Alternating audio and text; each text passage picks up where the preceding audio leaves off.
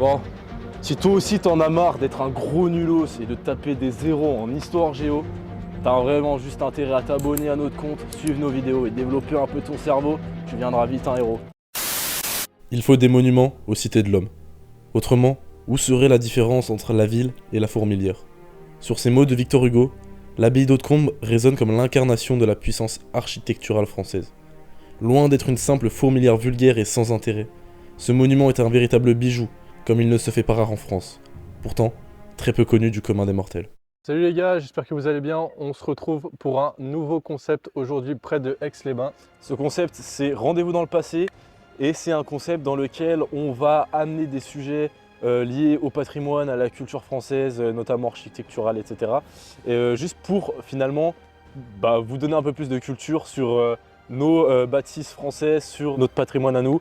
Et je trouve que c'est important en tant que citoyen, en tant que Français, d'apporter ça. Donc let's go. Pensez à vous abonner, activer la cloche et n'hésitez pas à aller visiter notre page Instagram, c'est là où on postera régulièrement. Alors nous voici à l'abbaye d'Hautecombe et c'est ici que la légende raconte qu'en 1125, après avoir reçu une visite de Bernard de Clairvaux, du gros tchad Bernard de Clairvaux, qui revenait d'Italie, que les moines de l'abbaye d'Aulpe, qui étaient depuis 1101 à 1600, ils sont venus ici et ils se sont installés puisqu'ils avaient vu une lumière mystérieuse. Jour, nuit, jour, éclairer la face de la montagne qui est juste en face de Aix-les-Bains. Ils se sont dit qu'il fallait s'installer puisqu'en plus c'était un milieu assez sauvage qu'ils aimaient particulièrement. Donc ils quittèrent leur abbaye pour venir ici dans l'abbaye de Cîteaux et vivre avec les lois cisterciennes, la vie cistercienne des moines. C'est au début du XIIe siècle que des cisterciens, un ordre monastique, font construire l'église ainsi que les bâtiments de l'abbaye d'Hautecombe avec l'aide des comtes de Savoie, ce titre de noblesse rattaché au territoire de la Savoie propre. C'est une comtesse de Savoie, en 1174, qui fut la première inhumée dans l'église. Du 14e au 16e siècle, il y a vraiment eu un lent déclin de l'abbaye parce que elle était très prospère, Donc les abbés, ils se sont dit tranquilles, ils se sont bien reposés sur leur laurier, ils étaient plus amenés à disposer des revenus de l'abbaye plutôt que l'entretenir, surtout au niveau des denrées, etc. C'était beaucoup plus compliqué. Là par exemple on est dans le potager d'Hautecombe maintenant qui est entretenu, mais il faut savoir qu'au début ils étaient 30-40 moines qui étaient issus de familles nobles de Savoie. Le nombre de moines qui vivaient ici, ça a commencé à baisser. En 1700, c'est vraiment là que ça part en cacahuète. Il faut savoir que les clôtures s'effondrent, les toits s'effondrent, les murs sont en ruine. Il y a tout ce qui est sculpture qui commence à disparaître. Et le pire dans tout ça, c'est qu'il n'y a plus de vitres aux fenêtres. Donc vraiment, c'est le début du déclin et il ne faut pas attendre longtemps avant qu'elle soit complètement en ruine. il faut attendre la guerre de succession d'Autriche et l'occupation des Espagnols en 1742 pour que l'abbaye soit gérée par des moines. Ces derniers entreprirent non pas de restaurer, mais de raser et de reconstruire une nouvelle église.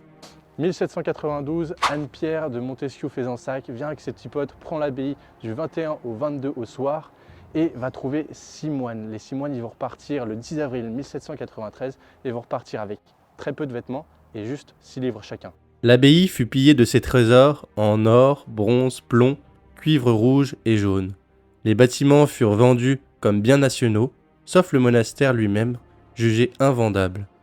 Elle est alors transformée en faïencerie, faute d'entretien, les bâtiments tombent en ruine. La grange batelière a été construite au milieu du XIIIe siècle et vraiment c'est le bâtiment qui subsiste le mieux de l'époque des premiers moines cisterciens. Aujourd'hui, c'est une des granges batelières en Europe qui est la mieux conservée.